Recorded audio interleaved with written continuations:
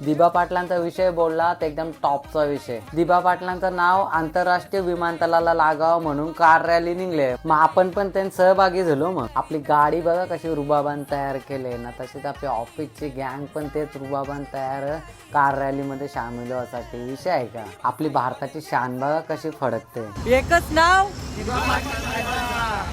लगेच मामांची royal entry बी झाली. हळूहळू बघता बघता आपल्या भूमिपुत्रांच्या आवऱ्या गाड्या जमल्या ना, गाडी हालायला बी जागा नव्हती. रस्त्याला आपला आगरी कोली बांधव आपला जोश वाढवासाठी उभंच होतं झेंडा फडकवीत. पहिले मुद्द्याचा काम, थोडासा नाश्ता करून घेऊया. हे दादांचा विषय एकदम टॉपचा. त्यांनी बघा कसा डायरेक्ट इवानाला दिबा पाटील साहेबांचं नाव टाकूनच आणलंय. आपली जेवणाची सोय म्हणजे आपला आगरी कोल्यांचा जीव, जवलाना भाकर मस्त दाबून खाला. जवलाना भाकर तुम्ही माग जो बोर्ड बघता ना, तो लवकरच आपले विमानतळाला लागणार विषय आहे का. विमानतळ झालाय नवा.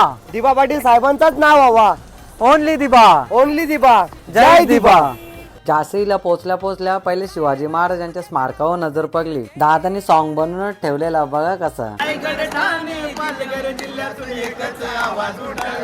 आता एकच आवाज उठल, नाव द्यायचं नसेल दिबा पाटलांचं तर नको ते विमानतळ. नाव द्यायचं नसेल दिबा पाटलांचं तर नको ते विमानतळ. आपल्या विमानतळाला दिबा पाटील साहेबांचं नाव लागासाठी भरपूर जणांनी सपोर्ट केला ना, सहभाग पण घेतला. त्यांचा मनापासून आभार ना. आजची व्हिडिओ आवडली असेल तर लाईक कमेंट शेअर होऊन जाऊन दे.